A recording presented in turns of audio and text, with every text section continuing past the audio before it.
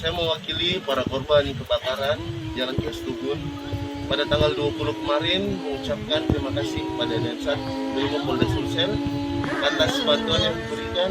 Semoga bantuan ini bisa bermanfaat buat para korban kebakaran.